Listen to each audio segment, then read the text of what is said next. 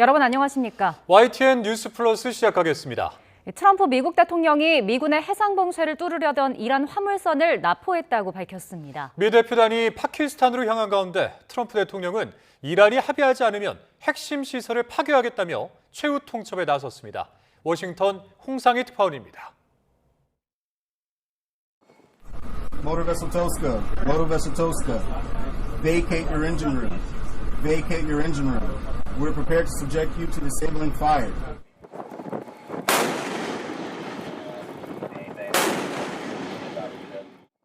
트럼프 대통령이 미군의 해상 봉쇄를 돌파하려던 이란 화물선을 납포했다고 밝혔습니다. 화물선 투스카가 오만만에서 미군의 경고에도 해상 봉쇄를 뚫으려고 해 기관실에 구멍을 내 멈추게 했다고 말했습니다. 이미 미 재무부 제재 대상에 올라와 있었다며 미 해병대가 납포해 수색하고 있다고 덧붙였습니다. 대이란 해상 봉쇄 이후 접근하던 이란 선박 20여 척을 돌아가게 한 적은 있지만 무력을 행사한 건 이번이 처음입니다. 크리스 라이트 미 에너지부 장관은 미국이 대이란 해상 봉쇄를 철회하지 않을 거라고 밝혔습니다.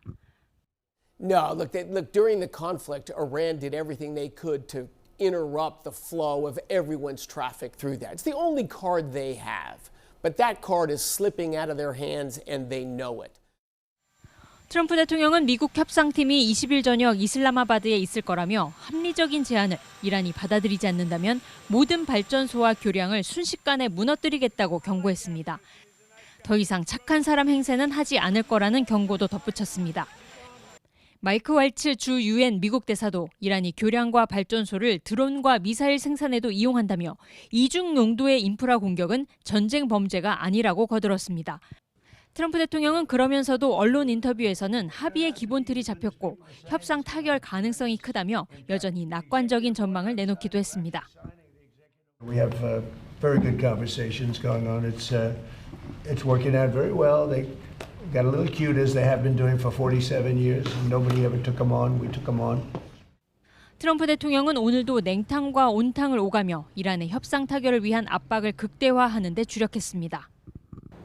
하지만 휴전 종료를 코앞에 두고 미군이 이란 선박에 대한 무력 사용에 나서면서 협상에 악영향을 미칠 수 있다는 우려도 나오고 있습니다. 워싱턴에서 YTN 홍상입니다.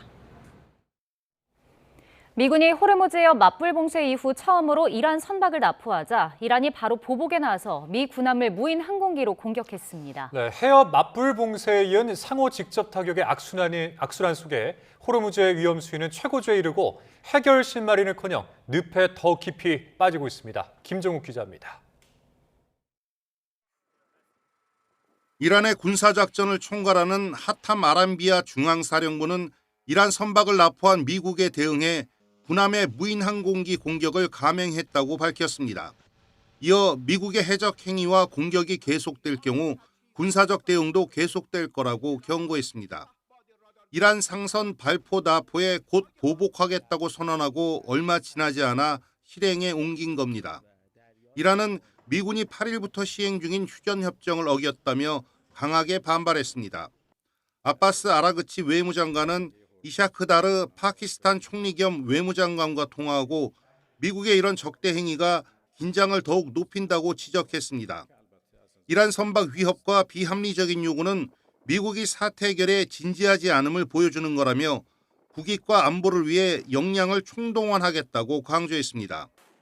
이란은 호르무즈 통제권을 양보하는 일은 결코 없다며 사수 의지를 한층 높이고 있습니다. 이란이 선박 통과 허가를 포함한 통행권을 결정하는 내용의 법안이 의회에 제출됐고 군이 시행할 거라고 밝혔습니다. طبعا این هم پاسخ قاطع خودش رو هم دریافت کرده هم دریافت خواهد کرد شاید بیشتر از این. 재개방에 이은 맞불 재봉쇄, 선박 보복 공격이 꼬리를 물며 호르무즈 해협의 긴장감은 이제 최고 수준으로 치솟았습니다. 24시간 동안 호르무즈를 통과한 대형 상선은 중국 유조선 한 척분으로 전해졌습니다. 영국은 호르무즈와 페르시아만 일대 위협 수준을 최고 단계인 위기로 높였습니다.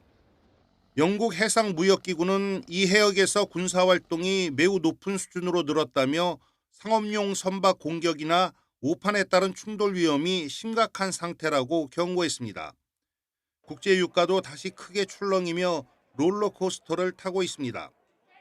휴전 만료 시한이 코앞인 상황에 호르무즈를 두고 오히려 최고조에 이른 미국과 이란의 충돌, 2차 종전 협상을 포함해 해결의 실마리를 찾을 길은 한치 앞이 안 보이는 수렁에 빠져들고 있습니다.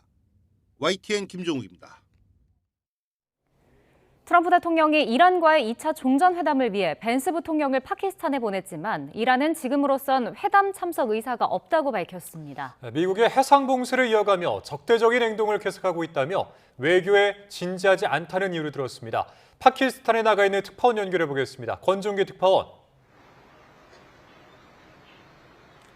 네, 파키스탄 수도 이슬라마바드입니다. 네, 이란 정부가 2차 회담 참석 여부에 대한 입장을 밝혔죠. 그렇습니다. 이미 벤스 미국 부통령이 협상단을 이끌고 파키스탄으로 향하고 있는 가운데 이란 외무부가 조금 전에 브리핑을 통해 첫 공개 입장을 밝혔습니다. 바가이 이란 외교부 대변인은 현재로선 미국과 2차 회담을 할 계획이 없다고 밝혔습니다. 미국이 이란 선박을 공격하며 적대적인 행동을 계속하고 있다며 외교에 진지하지 않다는 게 협상 거부 이유입니다. 또 과거에 미국은 협상 중에 이란을 공격했다며 미국의 만행을 잊을 수 없다고 강조했습니다.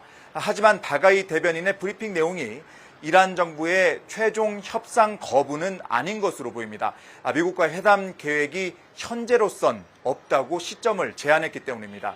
또 이란 안보사령탑이라고 할 수 있는 에브라임 아지지 이란 의회 국가안보위원장은 오늘 알자지라 인터뷰에서 미국과 대화를 계속 이어가기로 결정했다고 밝혔습니다.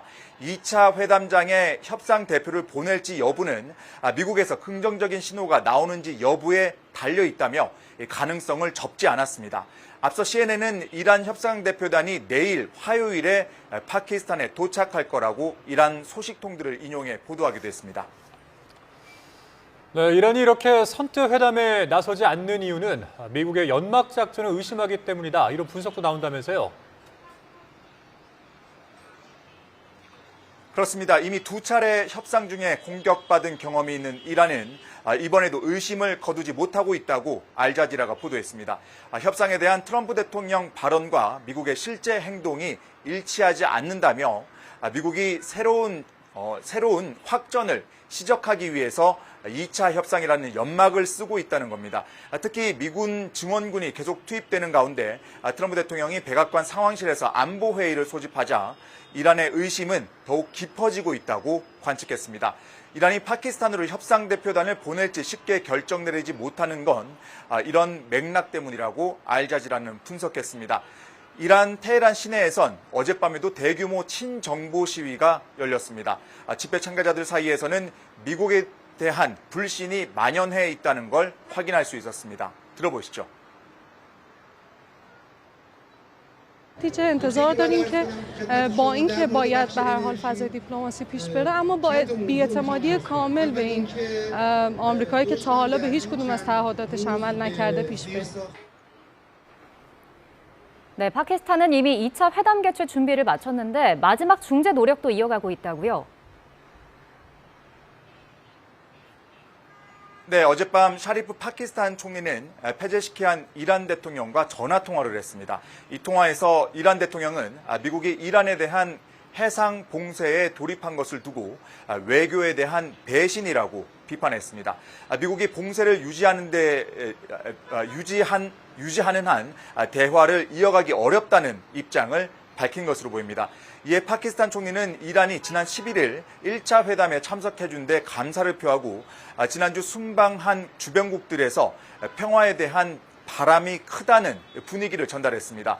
사실상 휴전 시한이 끝나기 전에 대화 테이블로 복귀해 주길 바란다는 뜻을 전한 것으로 보입니다. 지금 이곳 파키스탄 이슬라마바드는 회담장 주변을 봉쇄하고 도로가 차단되는 등 2차 협상을 위한 준비는 모두 마무리됐습니다. 파키스탄 현지에서는 벤스 부통령이 내일 화요일 오전에 도착할 거라고 보도하고 있는데요. 미국 대표단에 이어 이란 대표단도 이곳 파키스탄 공항 활주로를 밟을지에 모든 이목이 집중되고 있습니다. 지금까지 파키스탄 이슬라마바드에서 YTN 권준기입니다. 이런 가운데 이란 대표단이 내일 파키스탄 수도 이슬라마바드에 도착할 예정이라는 보도가 나왔습니다. 파키스탄 매체인 파키스탄 옵서버는 현지 관계자들을 인용해 이란 대표단이 현지 시각 21일 미국과의 종전협상 참석을 위해 파키스탄에 올 예정이라고 전했습니다. 앞서 중재국인 파키스탄 정부는 2차 회담 개최를 위해 미국, 이란과 외교적 접촉을 강화하고 있다고 밝혔습니다. 네, 자세한 중동 상황 이원삼 선문대 국제관계학과 명예교수, 문근식 한양대 공공정책대학원 특임교수와 자세히 살펴보겠습니다. 어서 오십시오. 네, 안녕하세요.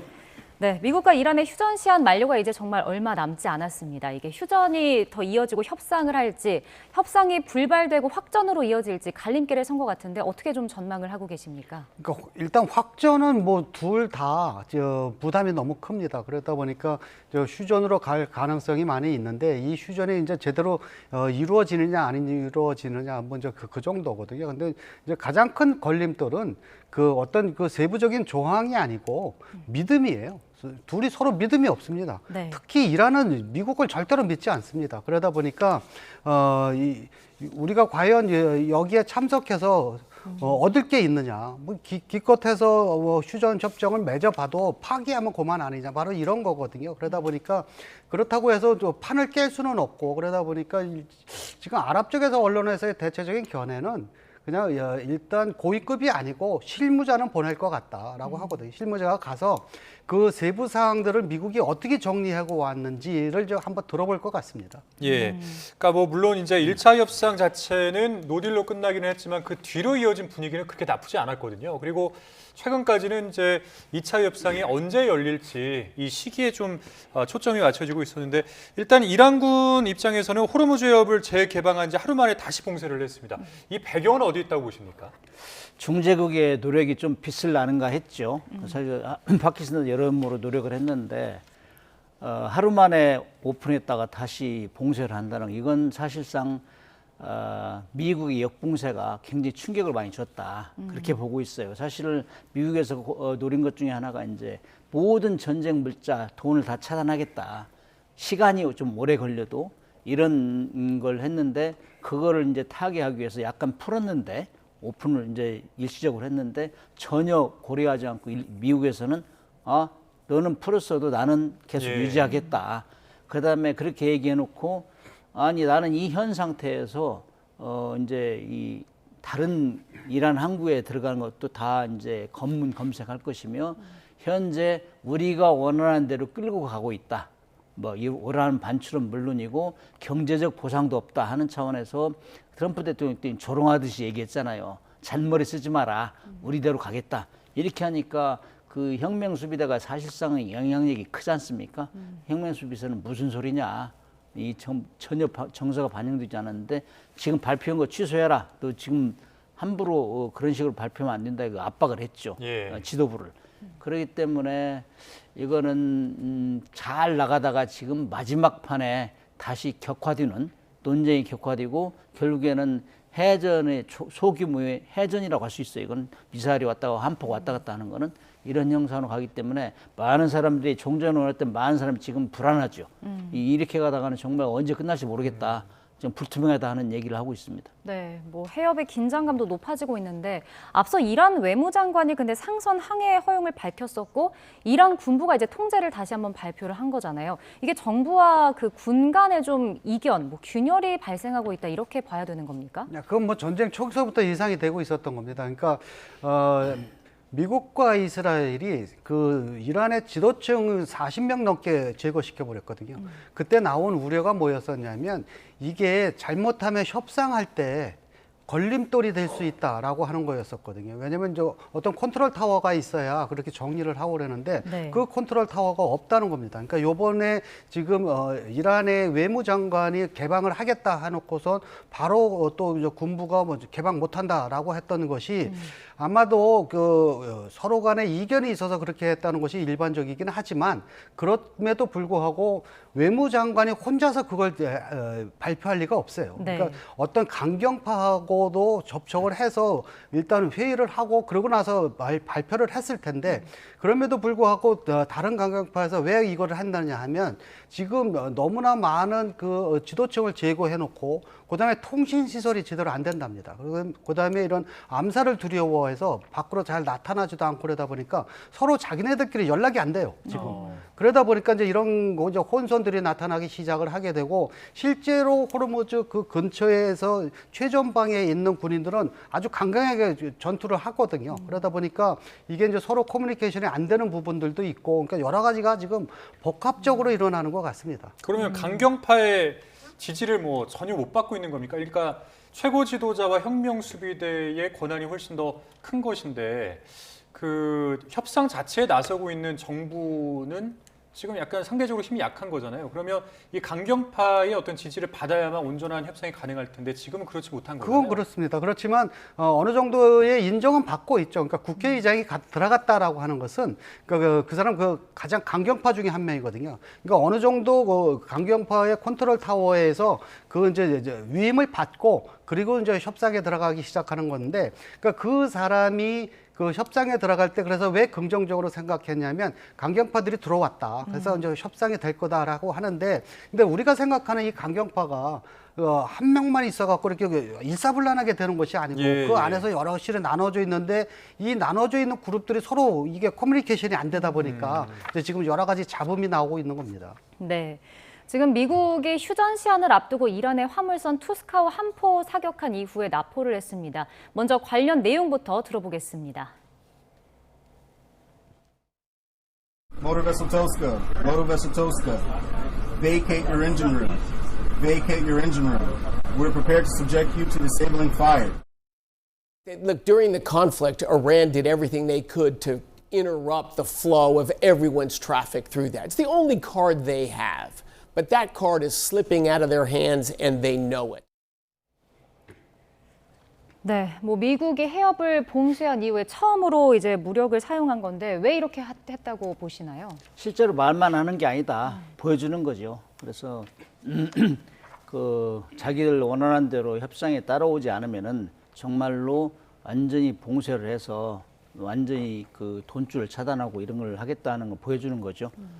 그리고 이제 여기 보면은 한포 교전까지 했다는 거는 실질적으로 위협을 엄청나게 준 거거든요. 지금 뭐 이란에서는 휴전 협상을 어겼다 그러는데 사실 가장 약한 곳을 지금 찌르는 거예요. 그렇기 때문에 이런 상황으로 되면은 그 이란 입장에서 보면은 휴전 협상하다가 계속 공격받고 그랬는데 이건 또 지금 이런 식으로 계속 나오면 약속을 안 지키는 거다. 이게 계속 불신을 조장하고 있다. 이런 지금 불만이 터져나오고 있잖아요. 네. 그러니까 지금 자기들이 협상을 갈지 안 갈지도 얘기 안 하지 않습니까? 이런 상황으로 가기 때문에 미국은 좀 이런 거를 좀 템포를 늦춰가지고 일단 협상장에 나오게 했으면 좋겠다는 게 제 바람인데 이런 식으로 그냥 공격을 해버리면은 이거 이란이 좀 두려워가지고 못 나올 가능성도 많다. 저는 그렇게 보고 있어요. 그러니까요. 뭐 6시간 동안 따르지 않아서 한 포를 쐈고 또 투스카우 기관실을 무력화시켰다 이렇게 전해지던데 사실 뭐 휴전을 앞두고 있는 국가가 이제 한 것이 맞는지 그런 생각이 들 정도로 좀 강한 것은 아닌가 이런 생각이 드는데 근데 이 선박이 또 불법 활동 이력으로 미국 재무부 제재 목록에 올라가 있었다고 하더라고요. 여기 이제 일반 화물선 정도로 보고 있었는데 사실 이란하고 뭐 다른 국가들은 무기 뭐 밀거래 이런 것도 많이 이제 포함되고 그다음에 미국이 원하지 않는 항구에 이제 가져준다든지 화물을 이송하든지 이런 거는 다 이제 목록에 들어가죠. 저건 뭐 불법 자행하고 있구나. 이런 걸 골라서 했으리라고 생각합니다. 지금 뭐 앞서 교수님께서 이제 이란이 협상장에 나올 수 있도록 미국이 한 발 물러나는 게 어떨까 싶다라고 얘기를 해주셨는데 실제 이렇게 미군이 지금 압박을 이어가고 있는 게 이란에게는 어느 정도로 다가올까요? 이런 압박에도 협상장에 나올 생각이 있는 걸까요?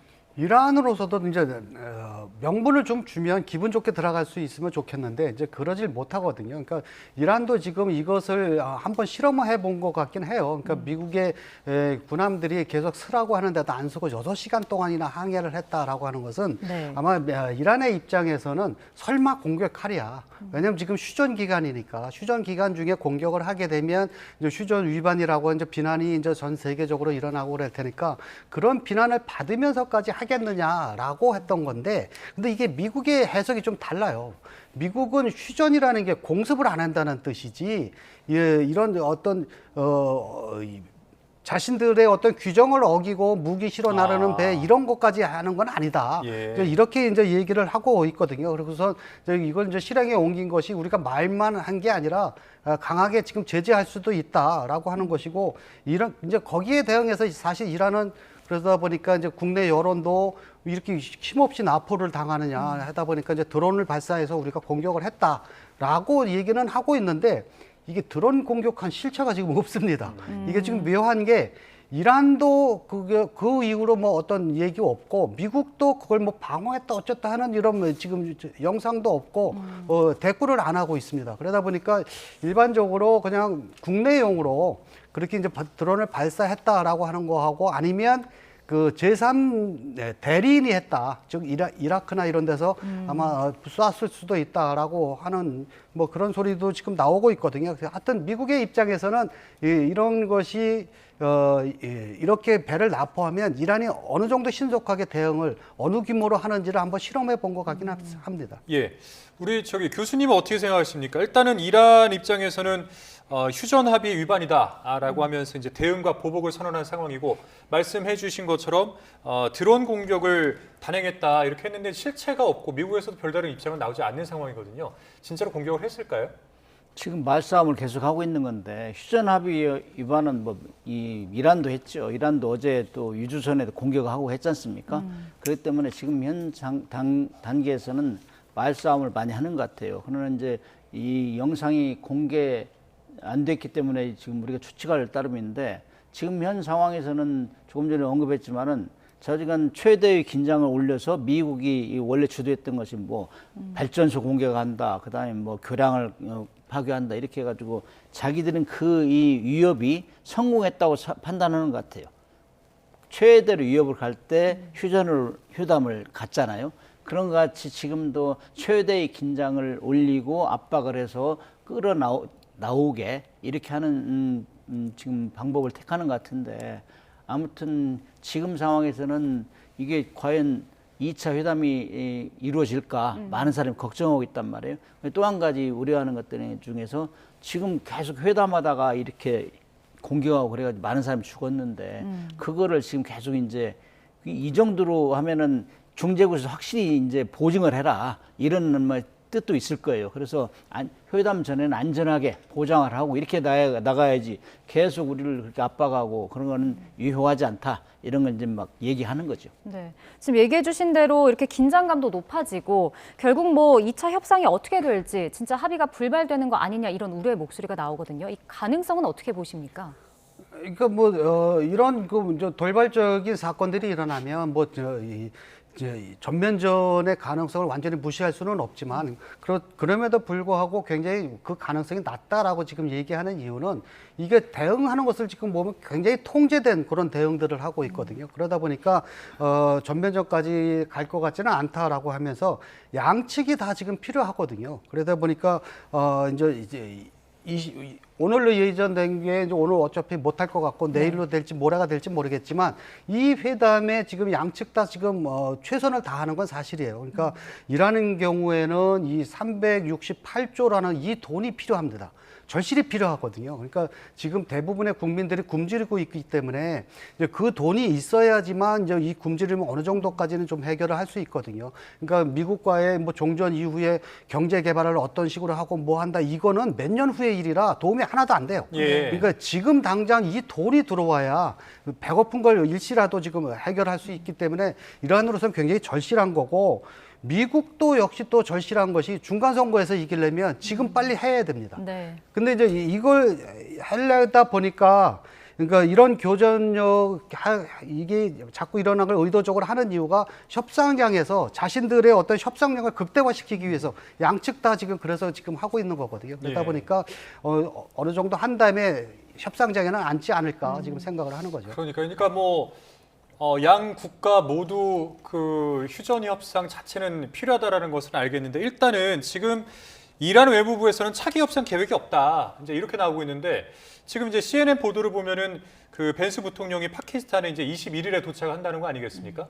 근데 이란은 안 나온다고 하고, 그러면 이제 예상해 볼 수 있는 저희 시나리오가 어떤 것들이 있을까요? 안 나가겠다 하면은 미국이 불안하죠. 사실 미국이나 이란이나 국내 정치를 외면할 수 없어요.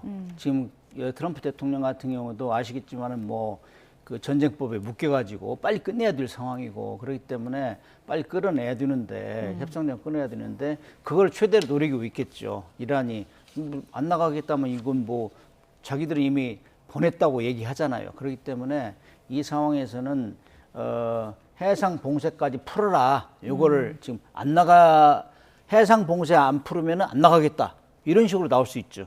이란이. 그럼 미국은 지금 빨리 끌어내야 되는데 네. 협상장으로 끌어내야 되는데 이런 경우가 되면 약간의 이제 절충안이 되지도 않을까 저는 그런 생각을 하는데 네. 아무튼 현재 상황에서는 미국이 어느 정도 약간의 양보를 하면서 끌어내야 된다. 그렇게 일단 만나게 해야 돼요. 만나고 나서 다음 스텝으로 가야지 지금 상황에 지금 만나기도 전부터 이렇게 계속 교전 상황이 왔다 갔다 하면은 이건 불발될 가능성이 많다 그렇게 생각합니다. 네. 그러면 진짜로 뭐 미국이 원활한 협상을 위해서 이란이 협상 테이블에 앉을 수 있도록 하기 위해서 이란에 대한 해상 봉쇄를 풀 가능성은 얼마나 된다고 보시나요?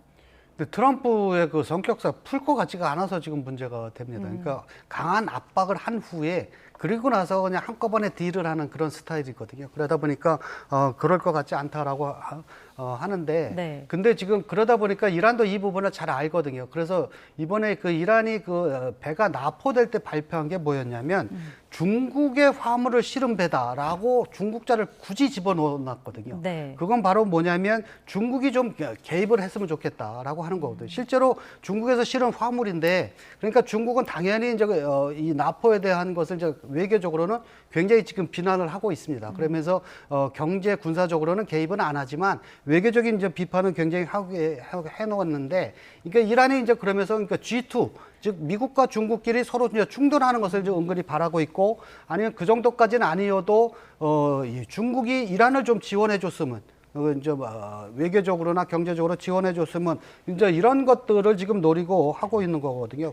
그리고 이제 또 하나가 미국이 지금 가장 이란을 압박하는 수단 중에 하나가 이 돈인데 368조 원이라는 이 돈인데 이 돈 없어도 우리 산다는 것을 보여주는 겁니다. 이란은. 네. 즉 중국이라고 하는 뒷배가 있다. 그러니까 중국을 통해서 니네가 이거 아니라도 만족하지는 않겠지만 그래도 버틸 수는 있다라고 하는 것을 이제 보여주기 시작을 하면서 협상력을 이제 강화시키는 거죠. 그러니까 우리에게 함부로 하지 말라 뭐 이런 것들을 얘기하게 되는 것들이죠. 그러니까 그러다 보니까 이제 중국이 과연 얼마나 움직이겠느냐라고 하는 게 이제 관건이긴 합니다. 예. 사실 지금까지 온 국민이 지켜봐왔던 트럼프 대통령의 특성상 과연 이란 대표단을 협상장에 앉히기 위해서 유인책을 먼저 선제적으로 쓸까? 이 부분은 좀 의구심이 좀 드는 포인트인데, 그렇다면은 일단은 외교에서 어쨌든 협상을 위해서 미국 대표부에서 오고 있는 거 아니겠습니까? 그럼 양국 간의 물밑에서 뭔가 이야기가 있었기 때문에 부통령이 온다고 볼 수 없을까요? 중재 노력을 했기 때문에 일단 얘기는 하고 있는데 그게 이제 바뀐 거라고 봐야 될까요? 그럼? 지금 상황에서는 보도되는 거 보면은 뭐 우라늄 반출 문제라든지 그다음에 경제적 보상 문제 이런 것들이 거의 하나 접근을 못한 것 같아요.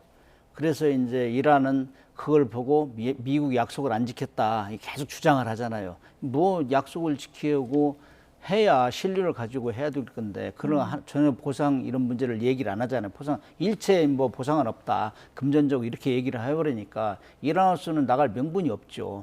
그리고 실컷 뭐 공격 받아가지고 거의 많은 부분이 파괴되고 했는데 이거를 그냥 놔두면은 이란 국민 정서도 안 되죠. 아까 뭐 뉴스에 했지만은 그 국민들이 나와서 절대로 미국 믿을 수 없다 이렇게 나오니까 이런 상황에서는 이란으로서는 최소한 주장할 만큼 주장하고 미국이 양보를 끌어내기를 위해서 총력을 다할 것 같아요. 그러면은 만약에 끝까지 이란 대표부가 협상장에 안 나타나게 되면 벤스 부통령은 그냥 돌아오게 되는 겁니까?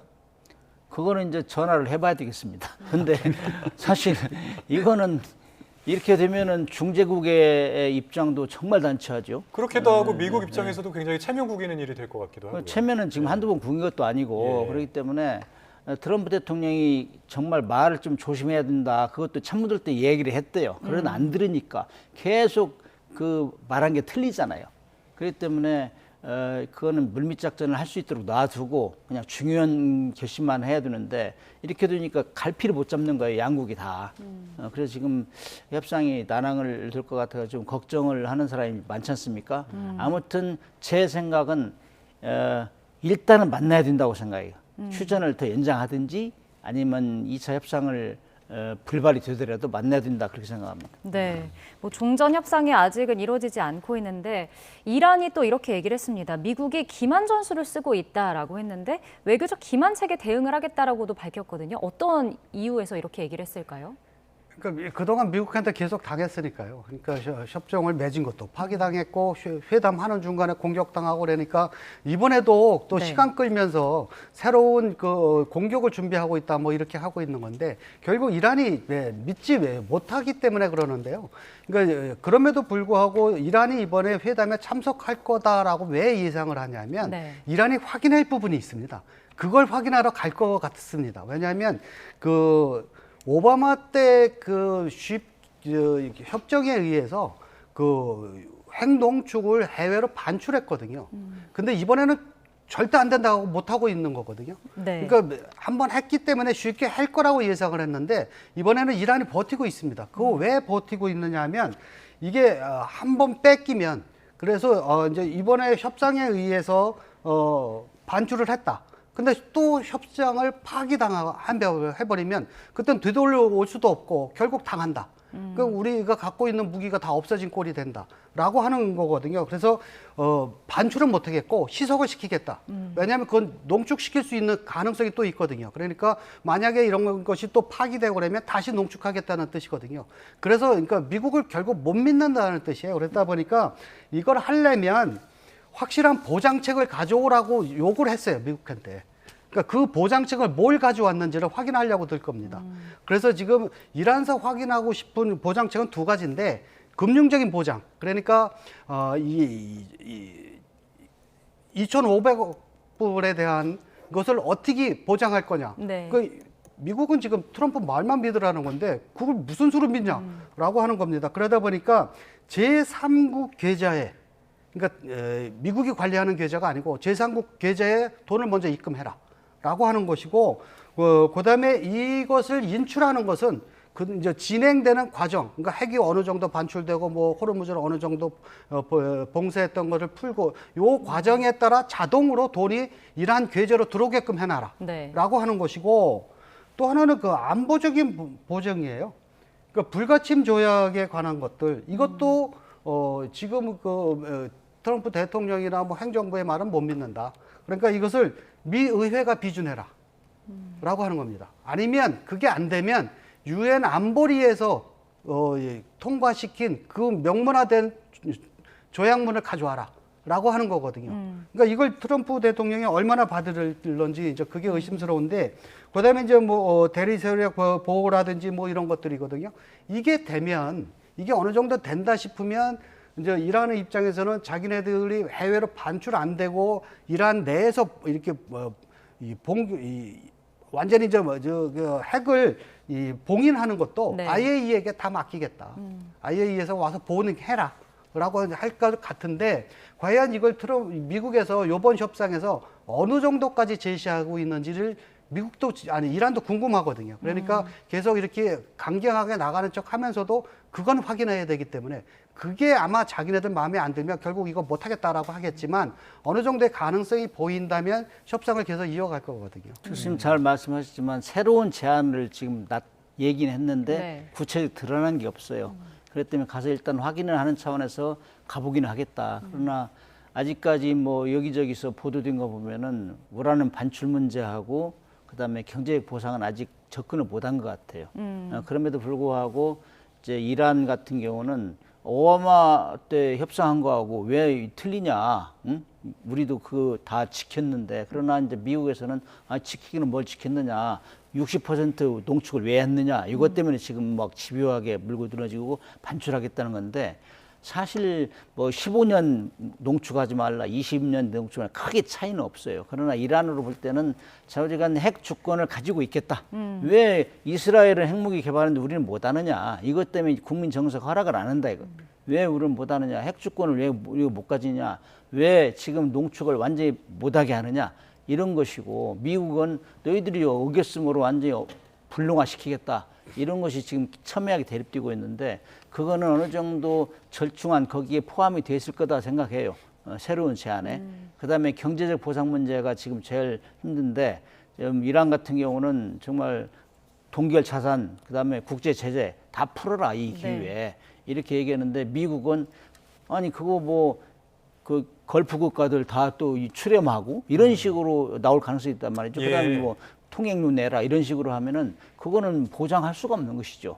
그렇기 때문에 거기에 가장 첨예하게 대립될 것 같다, 그런 생각이 듭니다. 그러니까 그 고농축 우라늄 반출에 대해서 이란이 좀 이게 현실적으로 합의는 하더라도 현실적으로 실행에 옮기는 게 좀 쉽지 않을 거다, 이런 이제 전망도 있던데, 이렇게 되면은 뭔가 이 지점에 대해서는 양국가가 합의점을 찾지 못한 상황인 건데, 이 상황에서 2차 협상이 진행된다고 하더라도 뭐 뭔가 더 추가적인 합의안이 나오기가 좀 어려운 거 아니겠습니까, 이러면은?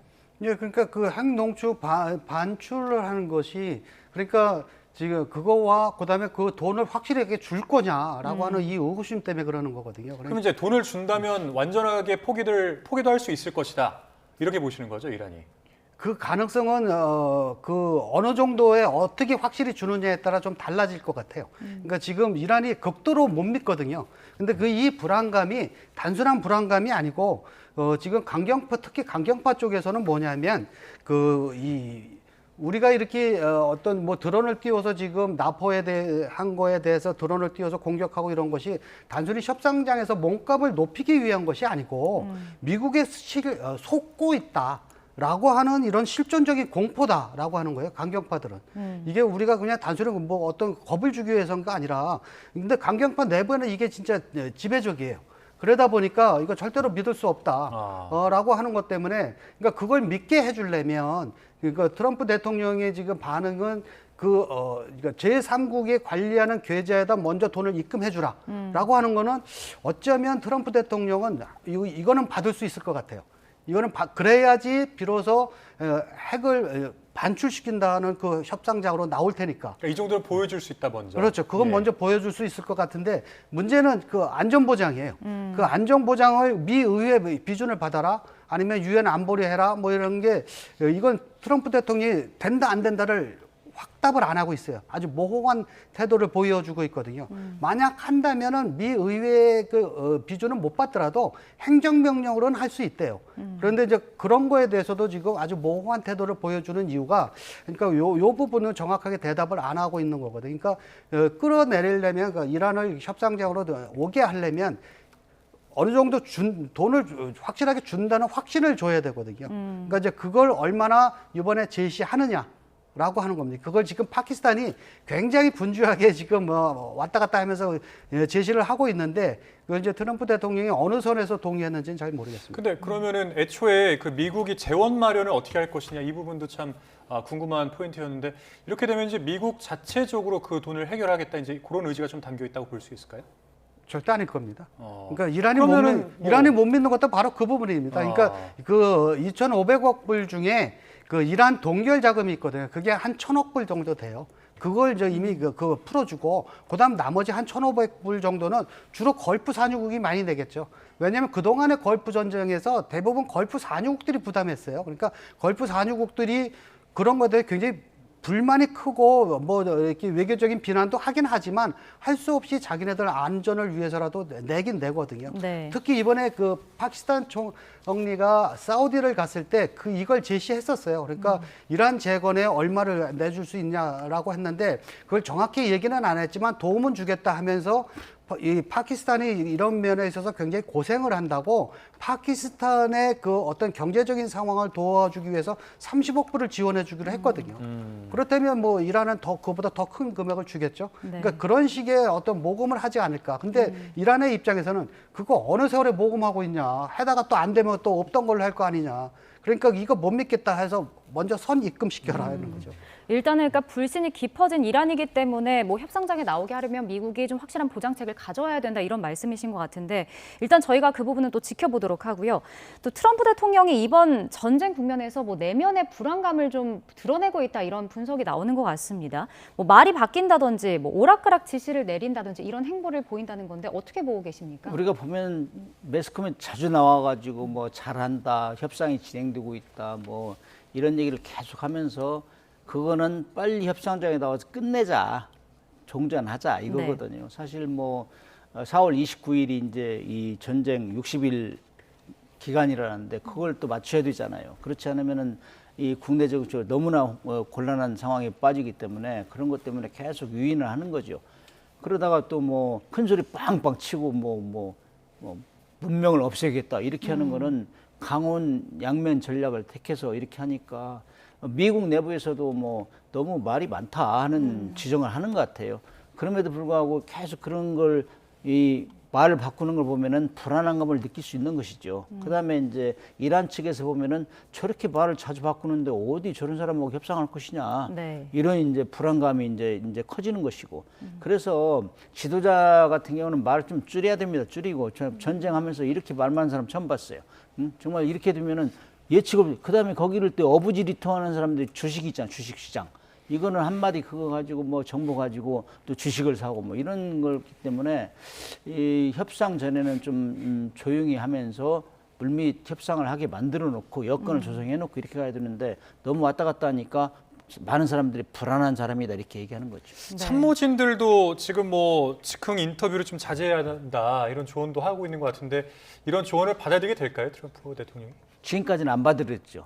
전쟁 시작할 때도 거의 다 반대였고 헤그세스만 주장했다는데 안 받아들였고 그렇기 때문에 문제가 있는 거예요. 제가 이제 군사적인 차원에서 보면은 많은 군사 전문가들이 있을 거란 말입니다. 그런데 얘기를 해도 안 들으니까 이렇게 막 갈팡질팡한다 이렇게 보고 있어요. 아무튼 지금 상황에서는 일단 2차 협상이 들어가야 많은 사람들이 그래도 국제적인 여론을 의식하고 있구나 이런데 그렇지 않고 여기서 깨져버리면 이건 국제적인 아니 두 나라가 전쟁하는데 왜 전 세계가 피해를 봐야 되느냐 이런 뭐 여론이 확산되고 있잖아요. 지금 전쟁 그만해라 이런 얘기가 있기 때문에 아마 의식을 많이 하고 있을 겁니다. 네, 알겠습니다. 오늘 두 분 말씀 여기까지 듣겠습니다. 지금까지 이원삼 선문대 국제관계학과 명예교수, 문근식 한양대 공공정책대학원 특임교수와 함께했습니다. 오늘 말씀 고맙습니다. 네, 고맙습니다. 네.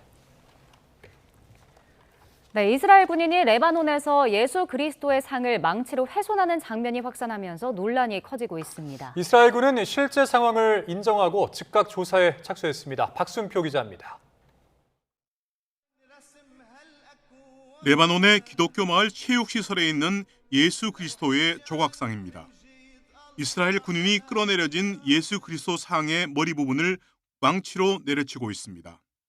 문제의 사진은 팔레스타인 기자가 현지 시각 19일 SNS를 통해 공개했습니다. 촬영 시점은 정확하지 않지만 군복과 휘장 등을 통해 레바논 남부에서 작전 중인 이스라엘 병사라는 점은 확인됐습니다. 논란이 커지자 이스라엘군은 SNS를 통해 이런 행위는 군의 가치와 전혀 부합하지 않는다며 즉각 진상조사에 나서겠다고 밝혔습니다. 이어 동상을 원상복구하는 동시에 필요하면 군 내부 규정에 따라 해당 병사를 문책하겠다며 사태 수습에 나섰습니다. 하지만 논란은 커지고 있습니다. SNS 계정을 통해 해당 마을 주민들은 아버지 그들은 자기가 하는 일이 무엇인지 알지 못합니다라는 성서구절을 인용하며 이스라엘군을 비난했습니다. 누리꾼들도 비난 여론에 가세하고 있습니다. 특히 트럼프 미 대통령과 교황 레오 14세의 충돌과도 맞물려 비난 여론이 미국과 이스라엘 전체로 번지고 있습니다. 팔레스타인계 한 이스라엘 의원은 공개적으로 예수와 교황을 모욕하는 것을 트럼프에게 배운 것인가라고 직격하기도 했습니다. 앞서 트럼프 대통령은 이란 전쟁을 놓고 교황과 공개 설전을 벌이며 자신을 예수로 묘사한 합성 사진으로 신성모독 논란을 빚기도 했습니다. YTN 박순표입니다. 이란 전쟁이 시작된 이후 약 50일 동안 전 세계 시장에서 원유 5억 배럴 이상이 사라졌다는 분석이 나왔습니다. 로이터 통신은 에너지 리서치 업체 자료를 인용해 이는 현대 역사상 사상 최대 규모의 에너지 공급 차질이며 금액으로는 약 74조 원어치에 달한다고 보도했습니다. 5억 배럴은 전 세계 모든 차량의 운행을 11일간 멈출 수 있는 물량이며 미국의 한 달치 수요와 맞먹는 규모입니다. 이란의 호르무즈 해협 재봉쇄 직전 가까스로 해협을 빠져나온 유조선 한 척이 다음 달 8일 충남 서산시 대산항에 입항할 예정입니다.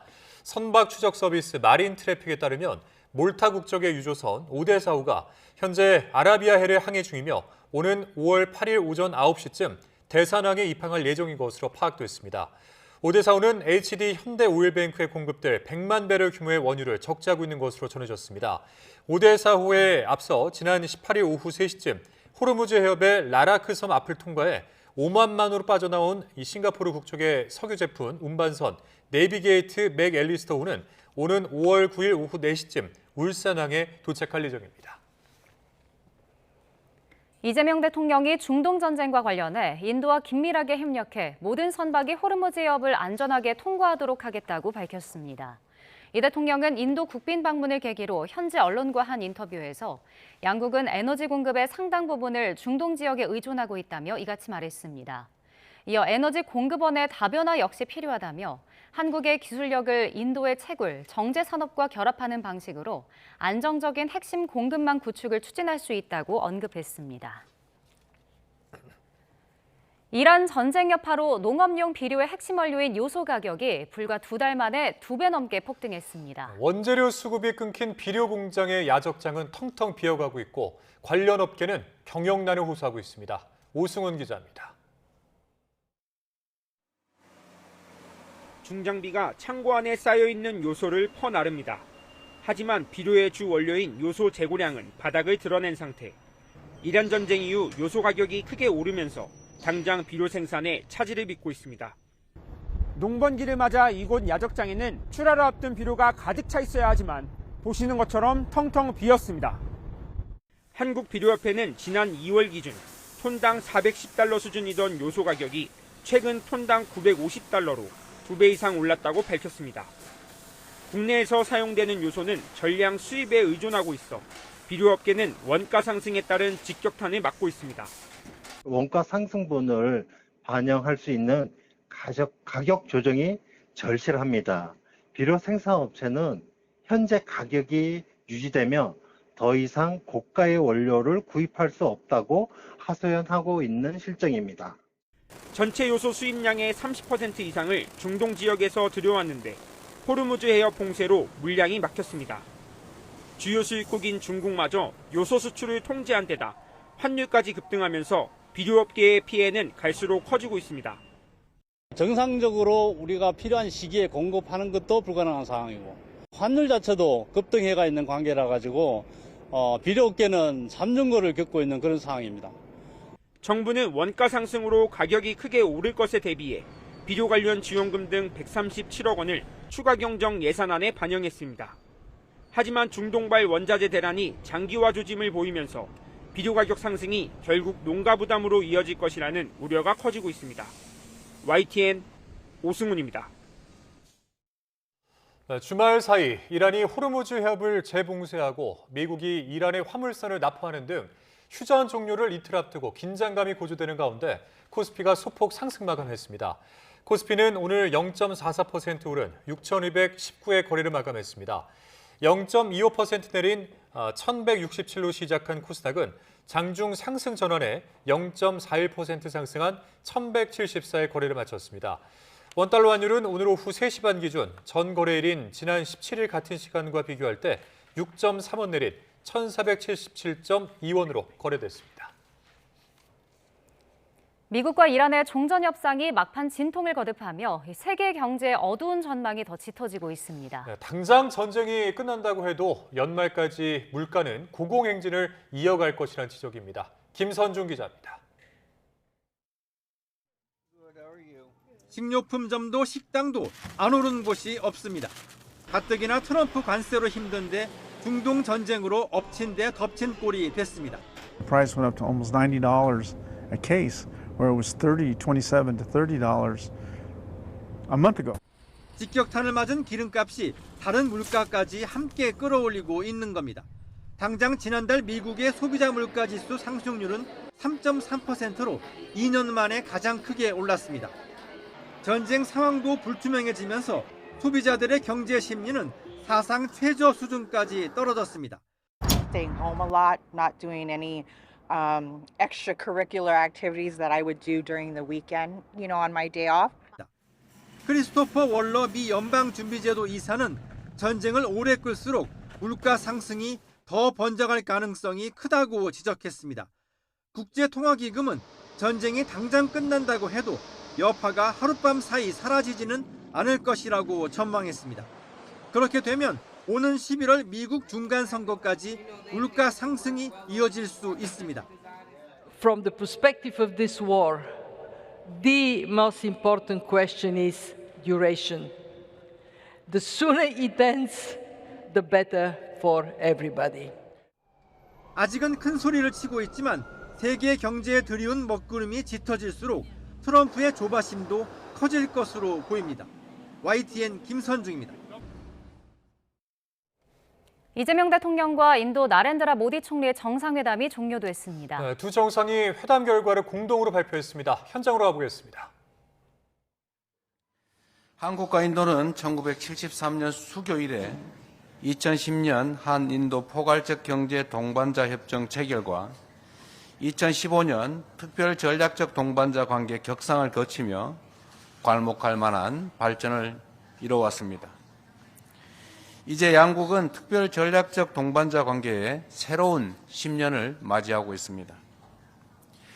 오늘 저는 총리님과의 회담을 통해 양국 관계의 발전 방향은 물론 지역 및 국제 정세에 대해서 매우 심도 있는 논의를 나누었습니다. 인도는 세계 최대 인구를 가진 국가이자 세계 4위의 경제 대국으로서 글로벌 사우스의 리더로 부상하고 있고 총리님의 선진 인도 2047 비전 아래 눈부신 발전을 이어가고 있습니다. 대한민국 역시 조선, 반도체, 방산, 문화산업 등 다양한 분야에서 선도국으로 자리매김하며 모든 국민이 함께 성장하는 국가 대도약을 위해 혁신과 성장을 가속화하고 있습니다. 저와 총리님은 이 불확실성의 시대 속에서 대한민국과 인도가 상호 성장과 혁신을 촉진하는 최적의 전방위적 협력 파트너가 될 수 있다는 데 서로 공감하였습니다.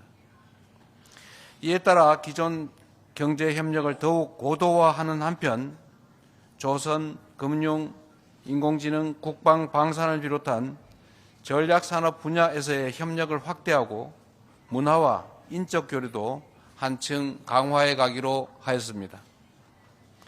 이제 오늘 회담의 구체적인 주요 성과를 말씀드리겠습니다.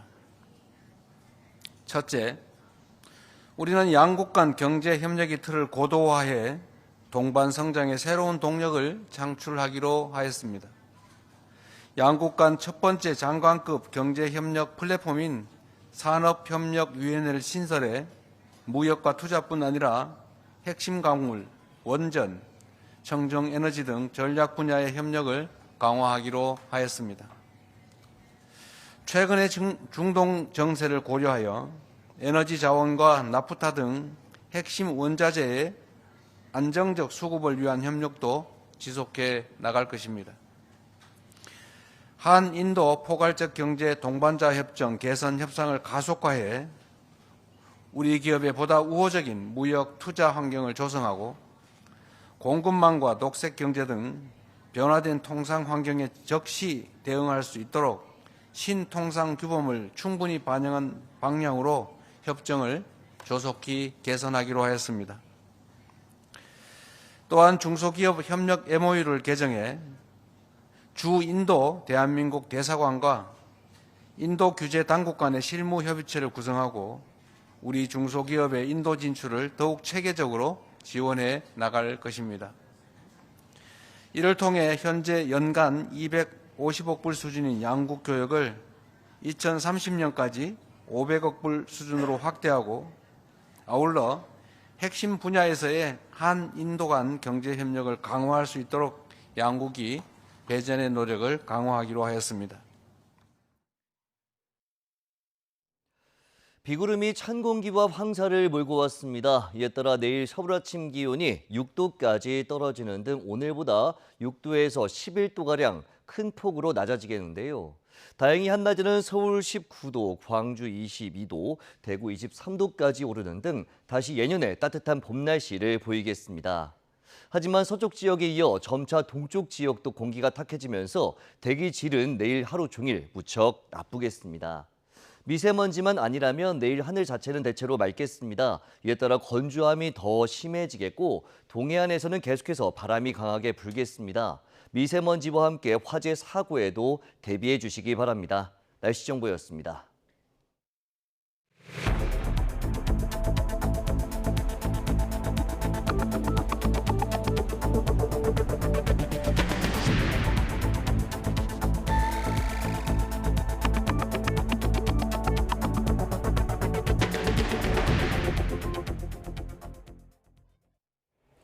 미국이 이란 화물선을 납포하면서 호르무즈 해협을 둘러싼 긴장감이 더욱 고조되고 있습니다. 이란은 화물선 납포가 침략 행위라고 비판하면서 미국의 휴전 위반 등으로 일방적 해협 통항 정상화는 불가능하다고 지적했습니다.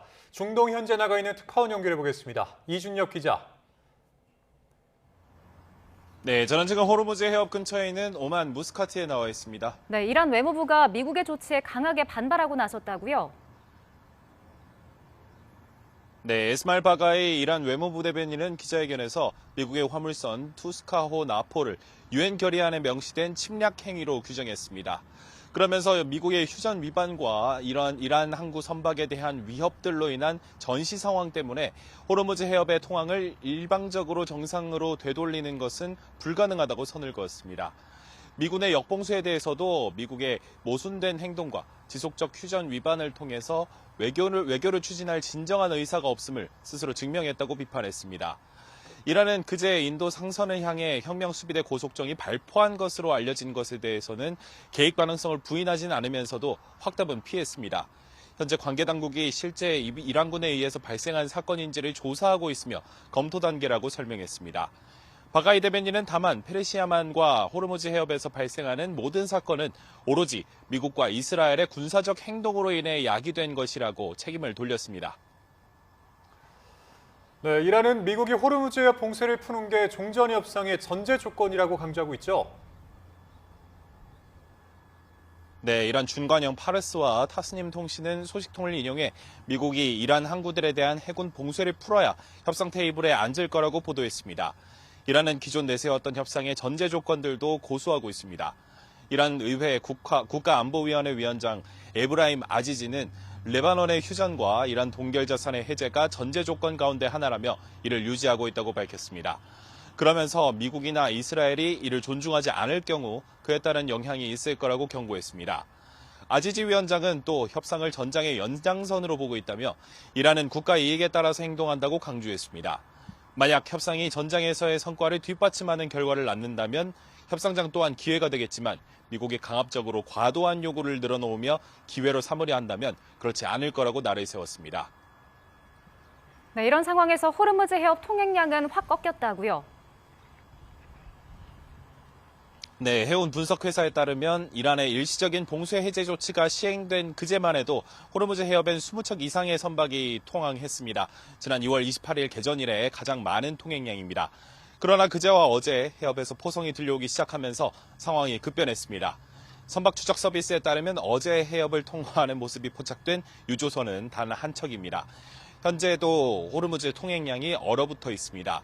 유조선 서너 척이 해협 통항을 시도해 거의 통과하긴 했는데 이후 추가 통항 시도는 거의 이어지지 않고 있습니다. 지금까지 오만 무스카트에서 YTN 이준엽입니다. 미군이 이란 화물선 납포 당시 영상을 공개했습니다. 미 해병대가 헬리콥터를 타고 상선 위로 이동한 뒤 레펠로 하강에 이란 선박에 진입하는 모습이 담겼습니다. 박영진 기자입니다. 캄캄한 밤 헬리콥터 한 대가 상공을 날아 이란 국적 화물선 투스카호 위를 비행합니다. 이어 미 해병대원이 레펠로 하강에 선박에 진입합니다. 현지 시간 20일 미군 중부사령부가 SNS를 통해 공개한 이란 화물선 납포 당시 영상입니다. 미 중부사령부는 미 해병대원들이 상륙함 USS 트리폴리에서 헬리콥터를 타고 아라비아해를 건너 투스카호의 승선에 납포했다고 설명했습니다. 그러면서 6시간에 걸쳐 경고 방송을 했지만 이란 상선이 이를 따르지 않았다고 강조했습니다. 경고를 따르지 않자 유도미사일 구축함 스프루원스가 투스카호에 기관실을 비우라고 명령한 뒤 함포 여러 발을 발사해 추진 장치를 무력화했고 해병대가 나서 선박을 장악했다는 겁니다. 어찌됐든 역봉쇄를 하고 있는 상황이잖아요. 그런데 이란의 선박이 그곳을 통과하면 이 역봉쇄가 어떻게 되는 거죠? 이게 이제 미국의 위신도 깎이는 거고 역봉쇄가 실패하는 거잖아요. 트럼프 대통령도 SNS를 통해 해당 선박은 과거 불법 활동 이력 때문에 미 재무부 제재 대상에 올라 있다고 밝혔습니다. 그러면서 미군은 선박을 완전히 장악했으며 현재 선내에 무엇이 있는지 확인하고 있다고 말했습니다. 미군은 호르무즈 봉쇄 이후 이란 선박 20여 척을 회항시켰지만 무력을 행사한 건 이번이 처음입니다. 선적한 화물이 미사일 등 이란이 사용할 무기라면 선박 납포가 정당화될 수도 있겠지만 곡물이나 생필품이 실려 있었다면 미국에 큰 부담이 될 수밖에 없습니다. 미 해군 전문가들은 납포된 이란 상선은 미국의 전리품으로 소유될 거라고 관측했습니다. 즉각 보복을 경고했던 이란은 탑승 중인 사람들의 안전 확보 때문에 대응이 지연되고 있다며 이들의 안전을 확보한 뒤 필요한 조치를 취하겠다고 밝혔습니다. YTN 박영진입니다. 이란이 호르무즈 해협의 통제권을 양보하는 일은 결코 없을 것이라고 거듭 밝혔습니다. 에브라임 아지지 이란 의회 국가안보 외교정책위원장은 영국 BBC와의 인터뷰에서 호르무즈 통행권은 양도할 수 없는 권리라며 이란이 선박의 해협 통과를 결정할 것이라고 말했습니다. 이슬람혁명수비대 지휘관 출신의 아지지 위원장은 이런 내용이 법률로 뒷받침될 것이라며 곧 군이 시행할 것이라고 소개했습니다.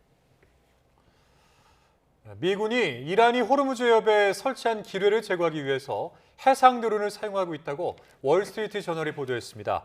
보도에 따르면 미군은 기지뢰 제거 작전에 유인 및 무인 역량을 함께 사용하고 있습니다. 해상 드론은 무인 수상정과 무인 잠수정을 아우르며 선원을 위험에 노출시키지 않으면서 수중 음파 탐지기를 이용해 바다 아래 이 기뢰를 찾을 수 있어서 역할이 갈수록 중요해지고 있습니다. 미국과 이란이 선박 납포와 유조선 공격을 주고받으며 중동 정세가 일촉즉발의 위기로 치닫고 있습니다. 이 거친 공방의 이면에는 트럼프 미국 대통령이 직접 협상 주도권을 주기 위해 의도적으로 이 판을 키우는 빅딜용 밀밥이 깔려 있을 수 있습니다. 권영희 기자입니다. 이란 혁명수비대가 각국 선박을 공격하며 호르무즈 해협 봉쇄 카드를 꺼내들자 미 해군은 이란 선박을 전격 납포하며 맞불을 놨습니다. 이런 강대강 대치는 트럼프 대통령의 철저히 계산된 흐름일 수 있습니다. 말폭탄을 넘어선 물리적 타격은 이란이 협상을 거부할 때 치러야 할 비용을 극단적으로 높입니다. They are going to stay, and it's going to be bloody, and it's going to be costly, with no prospect for a better future. 굴욕적 타협 외에는 대안이 없음을 강요하며 트럼프 대통령이 등판할 최적의 타이밍을 설계하고 있습니다. 전략의 핵심은 위기를 임계점까지 밀어붙인 뒤 극적인 순간에 이란 지도부와 직접 대화를 제안해 판을 흔드는 것입니다. 과거 북미 관계에서 화염과 분노 발언 이후 정상회담을 이끌어냈던 패턴과 흡사합니다. آرایش نظامی آمریکا برای حمله است. داره خودش آماده میکنه برای عملیات آبی خاکی، حمله به بنادر ما، حمله به زیرساخت‌های ما، حمله به جزایر ما. 문제는 이 전략이 한 끗 차이로 위험한 도박이란 점입니다. 이란 강경파가 전면전이라는 극단적 선택을 하거나 우발적 충돌이 확전으로 번질 경우 거래의 기술은 파국의 도화선이 될 수 있습니다. 트럼프 대통령은 오는 11월 중간 선거를 앞두고 극적인 반전 카드가 절실합니다. 이번 압박이 세기의 빅딜로 기록될지 아니면 되돌릴 수 없는 패착이 될지 이제 시간이 얼마 남지 않았습니다. YTN 권영입니다. 이란과의 2차 종전 협상을 위해 파키스탄으로 향하고 있는 미 협상 대표단이 내일 파키스탄 현지에 도착할 것으로 보입니다. 파키스탄 현지 언론들은 벤스 부통령 일행이 내일 화요일 오전에 파키스탄에 도착할 예정이라고 보도하고 있습니다. 앞서 트럼프 대통령은 현지 시각 19일 SNS에 대표단이 파키스탄 이슬라마바드로 가고 있다며 이란과 협상을 위해 20일 저녁 거기에 있을 것이라고 밝혔습니다. 이란 정부가 미국의 휴전 위반 등을 비판하면서 미국과 2차 종전 협상에 응할 계획이 아직 없다고 밝혔다고 이란 현지 언론들이 보도했습니다. 에스마일 바가이 이란 외무부 대변인은 현지 시간 20일 정례 기자회견에서 2차 협상 참여 여부에 관한 질문을 받고 지금 이 자리에 서 있는 이 순간까지 차기 협상에 대한 어떠한 계획이나 결정도 내려진 바가 없다고 명확히 선을 그었습니다. 이어 미국은 외교와 협상 준비가 됐다고 주장하는 동시에 외교적 프로세스를 추진하려는 진정성을 전혀 찾아볼 수 없는 행태를 보인다고 비판했습니다. 이런 가운데 이란 대표단이 내일 파키스탄 수도 이슬라마바드에 도착할 예정이라는 보도도 나왔습니다. 파키스탄 매체인 파키스탄 옵서버는 현지 관계자들을 인용해 이란 대표단이 현지 시각 21일 미국과의 종전협상 참석을 위해 파키스탄에 올 예정이라고 전했습니다. 하지만 이란은 미국의 해상 봉쇄가 계속되는 한 협상은 없을 것이란 입장을 굽히지 않으면서 여전히 2차 회담 개최 여부는 불확실한 상태입니다. 이스라엘 카츠 이스라엘 국방장관이 레바논과의 휴전에도 불구하고 유사시 전면적인 군사 행동에 나서겠다고 밝혔습니다. 카츠 장관은 현지 시간 19일 요르단강 서안의 유대인 정착촌을 방문해서 레바논에서 우리 군인들을 위협에서 지키기 위해서라면 지상과 공중에서 전면적인 무력을 쓰라고 지시했다고 말했습니다. 이어 이 방침은 휴전 기간에도 적용된다면서 헤즈볼라의 테러 기지 역할을 하면서 이스라엘 지역사회를 위협하는 국경 인근 마을의 가옥을 철거하라고도 지시했다고 덧붙였습니다. 이스라엘 군인이 레바논에서 예수 그리스도의 상을 망치로 훼손하는 장면이 확산하면서 논란이 커지고 있습니다. 네, 이스라엘군은 실제 상황을 인정하고 즉각 조사에 착수했습니다. 박순표 기자입니다. 레바논의 기독교 마을 체육시설에 있는 예수 그리스도의 조각상입니다. 이스라엘 군인이 끌어내려진 예수 그리스도 상의 머리 부분을 망치로 내려치고 있습니다. 문제의 사진은 팔레스타인 기자가 현지 시각 19일 SNS를 통해 공개했습니다. 촬영 시점은 정확하지 않지만 군복과 휘장 등을 통해 레바논 남부에서 작전 중인 이스라엘 병사라는 점은 확인됐습니다. 논란이 커지자 이스라엘군은 SNS를 통해 이런 행위는 군의 가치와 전혀 부합하지 않는다며 즉각 진상조사에 나서겠다고 밝혔습니다. 이어 동상을 원상복구하는 동시에 필요하면 군 내부 규정에 따라 해당 병사를 문책하겠다며 사태 수습에 나섰습니다. 하지만 논란은 커지고 있습니다. SNS 계정을 통해 해당 마을 주민들은 아버지 그들은 자기가 하는 일이 무엇인지 알지 못합니다라는 성서구절을 인용하며 이스라엘군을 비난했습니다. 누리꾼들도 비난 여론에 가세하고 있습니다. 특히 트럼프 미 대통령과 교황 레오 14세의 충돌과도 맞물려 비난 여론이 미국과 이스라엘 전체로 번지고 있습니다. 팔레스타인계 한 이스라엘의 의원은 공개적으로 예수와 교황을 모욕하는 것을 트럼프에게 배운 것인가라고 직격하기도 했습니다. 앞서 트럼프 대통령은 이란 전쟁을 놓고 교황과 공개 설전을 벌이며 자신을 예수로 묘사한 합성 사진으로 신성모독 논란을 빚기도 했습니다. YTN 박순표입니다. 미국과 이란의 종전 협상이 막판 진통을 거듭하면서 세계 경제의 어두운 전망이 더 짙어지고 있습니다. 네, 당장 전쟁이 끝난다고 해도 연말까지 물가는 고공행진을 이어갈 것이라는 지적이 나오고 있습니다. 김선중 기자입니다. 식료품점도 식당도 안 오른 곳이 없습니다. 가뜩이나 트럼프 관세로 힘든데 중동 전쟁으로 엎친 데 덮친 꼴이 됐습니다. The price went up to almost $90 a case, where it was $27 to $30 a month ago. 직격탄을 맞은 기름값이 다른 물가까지 함께 끌어올리고 있는 겁니다.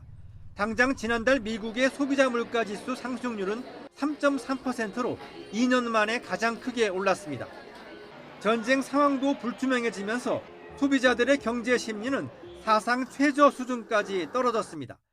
Staying home a lot, not doing any extracurricular activities that I would do during the weekend, on my day off. 크리스토퍼 월러 미 연방준비제도 이사는 전쟁을 오래 끌수록 물가 상승이 더 번져갈 가능성이 크다고 지적했습니다. 국제통화기금은 전쟁이 당장 끝난다고 해도 여파가 하룻밤 사이 사라지지는 않을 것이라고 전망했습니다. 그렇게 되면 오는 11월 미국 중간선거까지 물가 상승이 이어질 수 있습니다. From the perspective of this war, the most important question is duration. The sooner it ends, the better for everybody. 아직은 큰 소리를 치고 있지만 세계 경제에 들이운 먹구름이 짙어질수록 트럼프의 조바심도 커질 것으로 보입니다. YTN 김선중입니다. 이란 전쟁이 시작된 이후 약 50일 동안 전 세계 시장에서 원유 5억 배럴 이상이 사라졌다는 분석이 나왔습니다. 로이터 통신은 에너지 리서치 업체 자료를 인용해 이는 현대 역사상 사상 최대 규모의 에너지 공급 차질이며 금액으로는 약 74조 원어치에 달한다고 보도했습니다. 5억 배럴은 전 세계 모든 차량의 운행을 11일간 멈출 수 있는 물량이며 미국의 한 달치 수요와 맞먹는 규모입니다. 호르무즈해협 봉쇄를 뚫고 빠져나온 유조선이 국내에 입항할 예정이라고 로이터 통신이 보도했습니다. 로이터에 따르면 몰타 선적 유조선 오데사호가 지난 13일 호르무즈해협을 통과해 한국으로 향하고 있습니다. 오데사호는 석유 100만 배럴을 실을 수 있는 수에즈맥스급 유조선으로 현대 오일뱅크 정유시설에서 화물을 하역할 예정이라고 로이터는 전했습니다. 이란 사태가 끝난 뒤에도 공사비 상승이 고착화하면서 건설업계 파급 효과가 장기간 이어질 가능성이 크다는 분석이 나왔습니다. 대한건설정책연구원 보고서를 보면 건설업은 석유화학 자재 의존도가 높고 연료비와 운송비 등이 비용에 반영돼 공사 원가 전반의 국제유가 충격이 불가피하다는 내용이 적혀 있습니다. 특히 유가가 진정돼도 상승한 자재 단가와 물류비는 즉시 떨어지지 않는 특징이 있어서 중동 전쟁이 마무리되는 시점 이후로 여파가 본격적으로 반영될 것으로도 진단했습니다.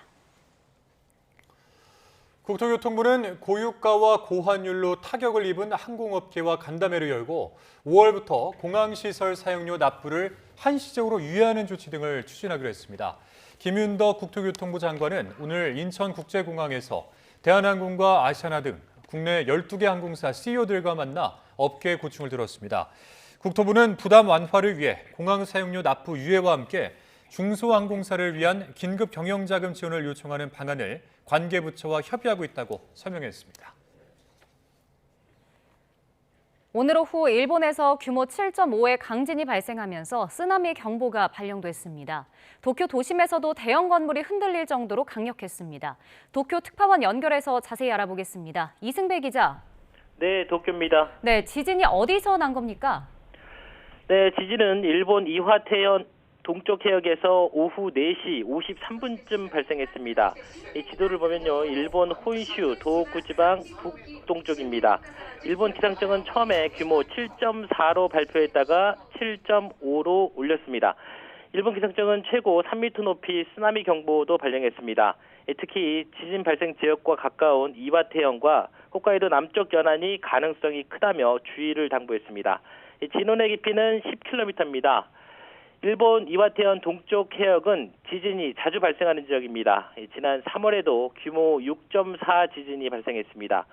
오늘 지진은 수백 킬로미터 떨어진 도쿄까지 대형 건물이 흔들릴 정도로 강력했습니다. 저도 도쿄 아카사카에 있는 사무실에서 일을 하고 있었는데요. 꽤 오랜 시간 동안 건물이 흔들리는 것을 느꼈습니다. 근처에 있는 혼슈 아오모리현에서는 진도 5강의 흔들림이 관측됐습니다. 이와테현 미야코시, 모리오카시, 아오모리현, 하치노에시 등에서는 진도 5약의 흔들림이 감지됐습니다. NHK를 비롯한 현지 방송사들은 즉각 속보로 지진 소식을 전하며 지역별 쓰나미 피해 상황을 실시간으로 보도하고 있습니다.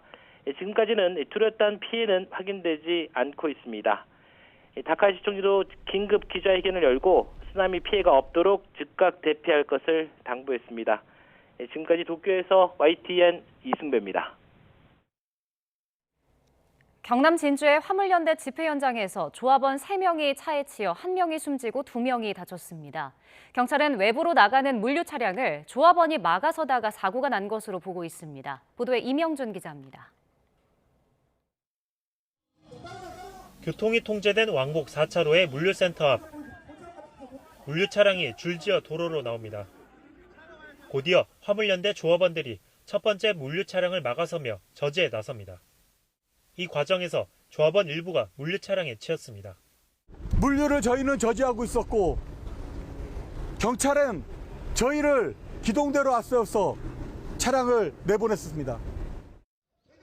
심정지 상태로 병원으로 옮겨진 조합원 1명은 결국 숨졌습니다.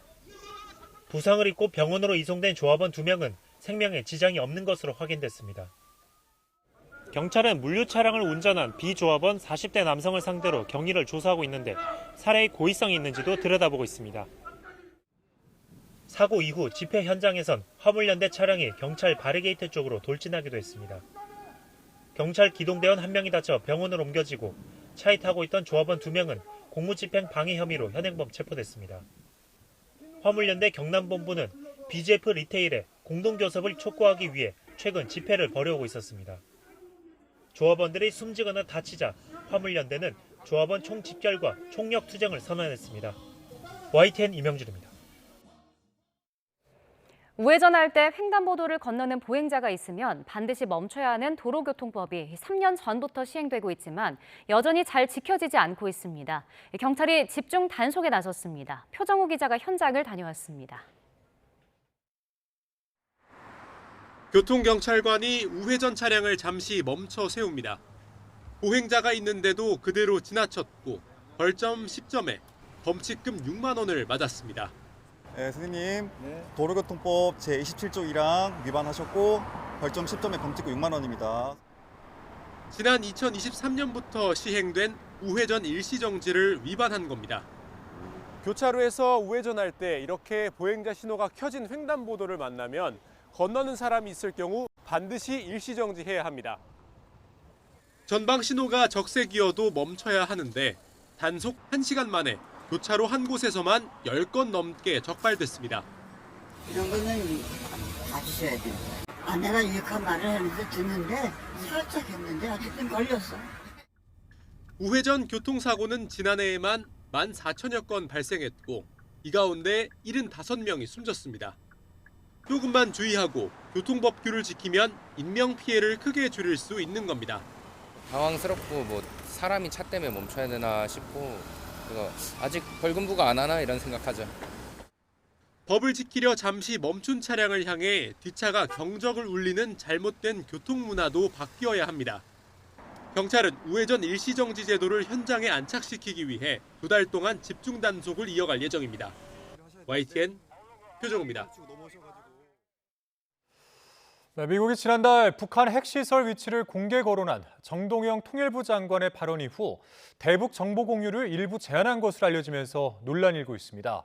정 장관은 이미 공개된 정보를 유출로 몰아 한미 관계 위기설을 퍼뜨리는 저의가 의심된다며 불쾌감을 드러냈습니다. 나혜인 기자입니다. 미국이 최근 우리 정부와 공유하던 대북 위성 영상 정보 일부를 제공하지 않는 것으로 파악됐습니다.